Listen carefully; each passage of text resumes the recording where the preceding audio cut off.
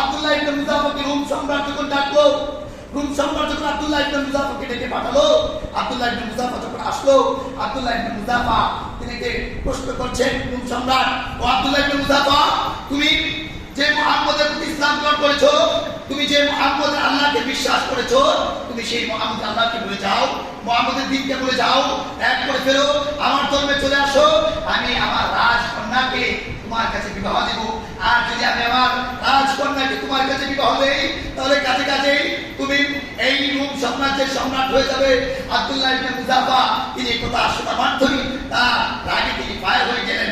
আব্দুল্লাহ ইবনে মুযাফা Rome সম্রাটকে সম্বোধন করে বললেন, ইয়া কালবার রূম, হে রোমের কুকুর, ইয়া কালবার রূম, হে রোমের কুকুর, ইয়া কালবার রূম, হে রোমের কুকুর, তুমি কি মনে করেছো একজন ইমানদারের ইমান কি এতই সস্তা?